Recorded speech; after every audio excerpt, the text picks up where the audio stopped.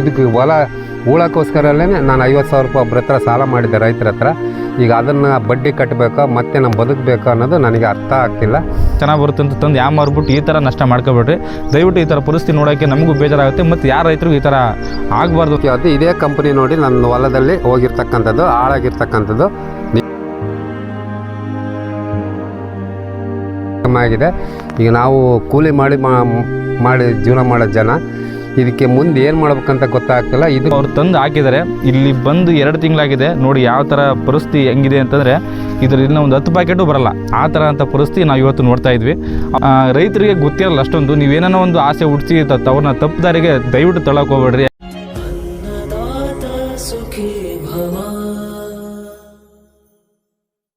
ಸಮಸ್ತ ಕನ್ನಡ ನಾಡಿನ ಮಣ್ಣಿನ ಮಕ್ಕಳಿಗೆ ನಮಸ್ಕಾರ. ಹಾಗೆ ಅನ್ನದಾತ ಸುಖಿ ಭವ ಯೂಟ್ಯೂಬ್ ಚಾನಲ್ಗೆ ತಮ್ಮೆಲ್ಲರಿಗೂ ಆತ್ಮೀಯ ಸ್ವಾಗತ.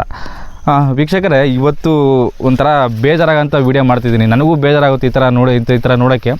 ರೈತರು ಏನೋ ಒಂದು ಆಸೆ ಕನಸನ್ನ ಕಟ್ಕೊಂಡು ಒಂದು ಬೆಳೆನ ಹಾಕ್ತಾರೆ. ಯಾಕಂದರೆ ಬೆಳೆಯಿಂದ ಏನಾದರೂ ಒಂದು ಸಾಲ ತೀರಿಸ್ಕೋಬೋದು, ಇಲ್ಲ ಏನಾದರೂ ಒಂದು ಮಾಡ್ಕೋಬೇಕು ಅಂತ.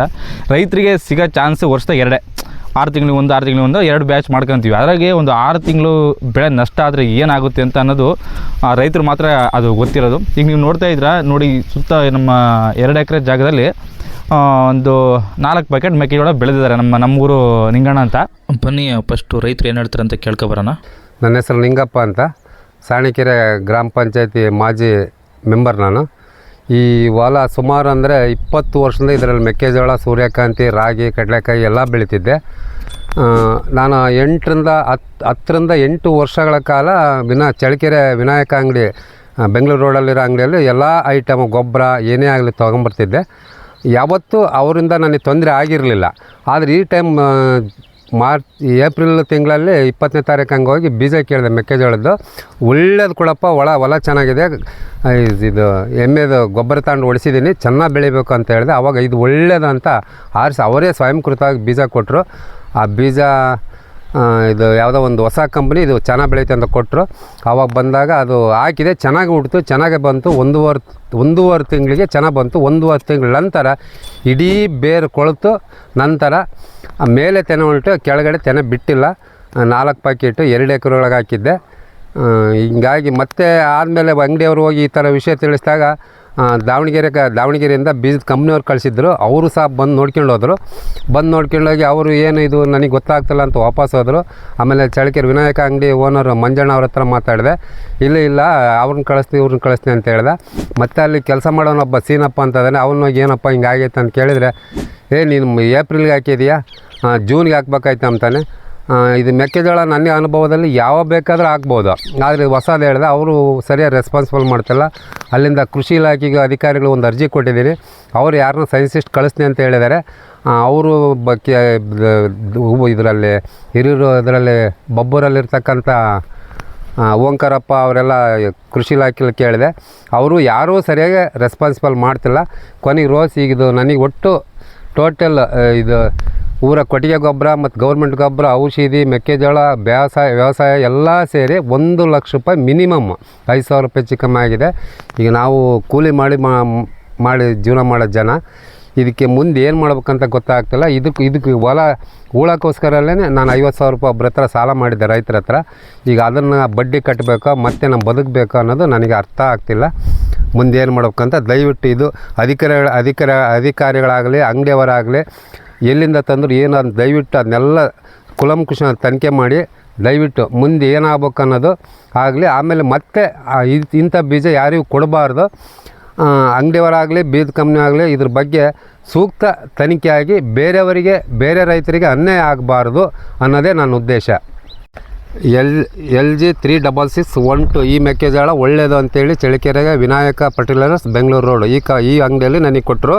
ಇದು ನನ್ನ ಅನುಭವದಲ್ಲಿ ಇದು ಹೊಸ ತಳಿ.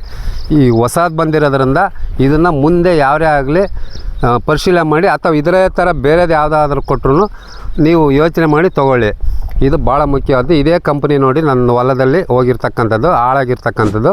ನೀವು ಇನ್ನೂ ಬೇಕಂದರೆ ನನಗೆ ಯಾರಾದರೂ ಅನುಮಾನ ಇದ್ದರೆ ಯಾವ ಮಾಧ್ಯಮದಾಗಲಿ ರೈತರಾಗಲಿ ಬಂದು ನನ್ನ ಹೊಲ ಜಮೀನಲ್ಲಿ ನೀವು ಪರಿಶೀಲನೆ ಮಾಡ್ಬೋದು. ಏನಾಗಿದೆ ನೋಡಿ, ಸದ್ಯಕ್ಕೆ ಒಂದು ಮೊಣಕಾಲು ಒಂದು ಸೊಂಟದ ಮಟ್ಟಕ್ಕೆ ಬಂದೈತೆ, ಆಲೆ ತೆನೆ ಹೊಡೆದೈತೆ. ಇದಕ್ಕೆ ಏನಪ್ಪ ಕಾರಣ ಅಂತಂದರೆ ಅವರು ಹೊಸ ಬೀಜನ ಯಾರೋ ನಮ್ಮ ಚಳ್ಳಕೆರೆ ತಾಲೂಕು ವಿನಾಯಕ ಅಂಗಡಿಯವರು ಹೊಸ ಬೀಜ ಚೆನ್ನಾಗಿದೆ ತಾಳ್ರಿ ಅಂತ ಪ್ರಮೋಟ್ ಮಾಡಿದ್ದಾರೆ. ಇವರು ಆಸೆ ಏನೋ ಒಂದು ಒಬ್ಬ ರೈತರಿಗೆ ಇದ್ದೇ ಇರುತ್ತೆ, ಚೆನ್ನಾಗಿ ಈಳ್ ಬರಬೇಕು, ಚೆನ್ನಾಗಿ ತೆನೆ ಬರಬೇಕು, ಏನೋ ಇಳುವರಿ ಚೆನ್ನಾಗಿ ಬಂದರೆ ಸ್ವಲ್ಪ ದುಡ್ಡು ಜಾಸ್ತಿ ಸಿಗುತ್ತೆ ಅನ್ನೋ ಒಂದು ಆಸೆಗೋಸ್ಕರ ನಾವು ಹೊಸ ಇದಕ್ಕೆ ಪಾಪ ಅವ್ರು ತಂದು ಹಾಕಿದ್ದಾರೆ. ಇಲ್ಲಿ ಬಂದು 2 ತಿಂಗಳಾಗಿದೆ. ನೋಡಿ ಯಾವ ಥರ ಪರಿಸ್ಥಿತಿ ಹೆಂಗಿದೆ ಅಂತಂದರೆ ಇದರಿಂದ ಒಂದು 10 ಪ್ಯಾಕೆಟು ಬರಲ್ಲ, ಆ ಥರ ಅಂತ ಪರಿಸ್ಥಿತಿ ನಾವು ಇವತ್ತು ನೋಡ್ತಾ ಇದ್ವಿ. ಅವರು ನಮಗೆ ಫೋನ್ ಮಾಡಿ ಹೇಳಿದಾಗ ಈ ಥರ ನೋಡಿದಾಗ ನಮಗೂ ಬೇಜಾರಾಗುತ್ತೆ.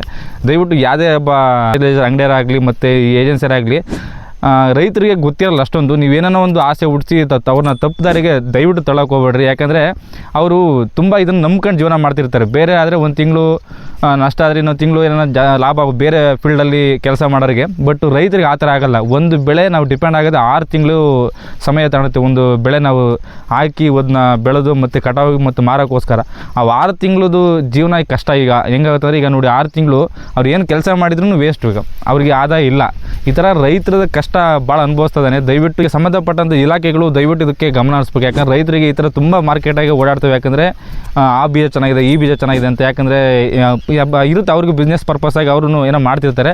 ಅದಕ್ಕೆ ದಯವಿಟ್ಟು ಯಾರು ಲೋಕಲಾಗಿ ನಮ್ಮ ಚಳ್ಳಕೆರೆ ಕೃಷಿ ಇಲಾಖೆರಾಗಲಿ ಮತ್ತು ಈ ಗೊಬ್ಬರದ ಅಂಗಡಿಯವರು ಸ್ವಲ್ಪ ನೀವು ರೈತರ ಬಗ್ಗೆ ಒಂದು ಕನ್ಸರ್ನ್ ಇಟ್ಕೊಳ್ರಿ. ಯಾಕಂದರೆ ನೀವೇನೋ ಒಂದು ಬಿಸ್ನೆಸ್ ಪರ್ಪಸ್ಗೆ ಒಂದು ಕಮಿಷನ್ ಪರ್ಪಸ್ಸಿಗೆ ಏನೋ ಆಗ್ತೀರಾ. ಬಟ್ ಆದರೆ ರೈತರ ನಿಜವಾಗ್ಲೂ ಕಷ್ಟ ಅನುಭವಿಸೋದು ಇದನ್ನು ಎಫೆಕ್ಟ್ ಆಗೋದು ರೈತರ ಮೇಲೇ. ದಯವಿಟ್ಟು ಇದನ್ನು ನೋಡಿ ಇದಕ್ಕೆ ಪರಿಹಾರ ಏನಂತ ನೀವೇ ತಿಳಿಸಿ. ಯಾಕಂದರೆ ಆ ಸಂಬಂಧಪಟ್ಟಂತೆ ಎಲ್ಲರಿಗೂ ನಾವು ವಿಷಯ ತಿಳಿಸಿದ್ದೀವಿ ಆದಷ್ಟು. ಮತ್ತು ಇನ್ನೊಂದು ಬೇರೆ ರೈತರಿಗೂ ನಾನು ಹೇಳೋಕ್ಕೆ ಇಷ್ಟಪಡ್ತೀನಿ ಏನಂದರೆ ಯಾವುದೇ ಒಂದು ಮಾರ್ಕೆಟಿಗೆ ಹೊಸ ಬೀಜ ಬಂದಾಗ ನೀವು ದಯವಿಟ್ಟು 2 ತಲೆಗಿಟ್ಕೊಳ್ರಿ. ಒಂದು ಇದನ್ನು ನಾವು ಪ್ರಯೋಗ ಮಾಡಿದಾಗ ಇಲ್ಲ ನಮ್ಮ ಮೊಲಕ್ಕೆ ಹಾಕಿದಾಗ ಇದ್ರದ್ದೇನು ನಷ್ಟ ಆದರೆ ಕಟ್ಕೊಡೋಕೆ ನೀವು ರೆಡಿ ಇದ್ದೀರಾ ಅದನ್ನು ಮೊದಲನೇ ಕೇಳ್ಕೊಳ್ರಿ. ಇದು ಇನ್ನೊಂದು ಇಲ್ಲ ಆ ತಳಿನ ಬೇರೆ ಎಲ್ಲ ಹಾಕಿದಾಗ ಬೀಜ ಬೇರೆ ಎಲ್ಲ ಹಾಕಿ ಬೆಳವಣಿಗೆ ಆಗಿರೋದನ್ನ ನೀವು ನೋಡಿದರೆ ಮಾತ್ರ ಹೊಸ ಬೀಜನ ನೀವು ತಗೊಳ್ರಿ ಅಂತ ಹೇಳೋಕ್ಕೆ ಇಷ್ಟಪಡ್ತೀನಿ. ಮತ್ತು ದಯವಿಟ್ಟು ಇದು ಯಾವುದು ಈ ನಮ್ಮ ಕೃಷಿ ಇಲಾಖೆರಾಗಲಿ ಮತ್ತು ಬೇರೆ ಯಾರು ನಮ್ಮ ಸಂಬಂಧಪಟ್ಟ ಅಧಿಕಾರಿಗಳು ಇದನ್ನು ನೀವು ಗಮನ ಇಟ್ಟು ಇದನ್ನು ನೋಡಬೇಕು. ಯಾಕಂದರೆ ಒಬ್ಬ ರೈತರಿಗೆ ಈ ಥರ ನಷ್ಟ ಆದರೆ ಭಾಳ ಕಷ್ಟ ಆಗುತ್ತೆ. ಯಾಕಂದರೆ ವರ್ಷದಾಗೆ ಒಂದು 2 ಬೆಳೆ ಮೇಲೆ ಅವ್ನು ಡಿಪೆಂಡ್ ಆಗಿರುತ್ತೆ. ನಮ್ಮ ಜೀವನನೇ ಆ ಬೆಳೆ ಮೇಲೆ ಡಿಪೆಂಡ್ ಆಗಿರುತ್ತೆ. ಈಗ 6 ತಿಂಗಳು ಅವರ ಆದಾಯ ಇಲ್ಲ, ಏನಿಲ್ಲ, ಮತ್ತು ಹಾಕಿರೋ ಖರ್ಚು ಸಮೇತ ಅವ್ರಿಗೆ ಗೊತ್ತಿಲ್ಲ. ಅವ್ರ ಜೀವನ ತುಂಬ ಕಷ್ಟ ಆಗುತ್ತೆ. ದಯವಿಟ್ಟು ಆದಷ್ಟು ಈ ವಿಡಿಯೋನ ಶೇರ್ ಮಾಡಿ. ಹಾಗೆ ಈ ಥರ ಯಾವ ರೈತರಿಗೂ ಈ ಥರ ತೊಂದರೆ ಆಗಬಾರ್ದು ಅಂತ ನಮ್ಮ ಚಾನಲ್ನ ನಮ್ಮ ಒಂದು ಉದ್ದೇಶ ಅಷ್ಟೇ. ಎಲ್ರಿಗೂ ಧನ್ಯವಾದಗಳು. ನಮಸ್ಕಾರ.